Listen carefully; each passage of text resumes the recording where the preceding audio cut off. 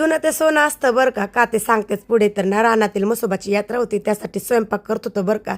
तर सार्वजनिकच यात्रा आहे. तर पूर्ण वस्तीवरती ना प्रत्येक घरी ना असं 30-40 अशा भाकरी वगैरे करतात. तर माझ्या घरी ना मी स्वतः न खाणाऱ्यांसाठी सगळा स्वयंपाक करणार होते. आणि दरवर्षीच मी ना सगळ्यांसाठी ना माझ्या पदार्थात म्हणजे आमच्या फळण्यातला न खाणाऱ्यांचा स्वयंपाक असतो.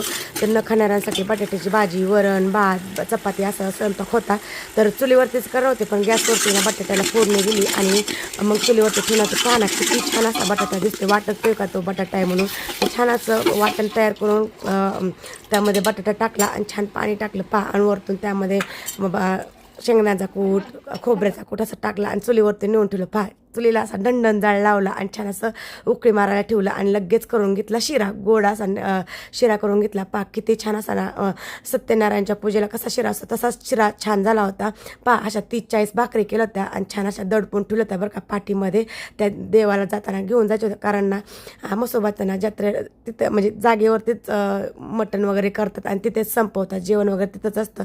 जायच्या टायमिंगला छान असं सगळ्यांनी नारळ फोडले देवासाठी. सगळेजण आले होते देवासाठी. छान असं ना मी 1.25 किलोची घंटी घेतली होती आणि मग देवाच्या ठिकाणी पोचलो.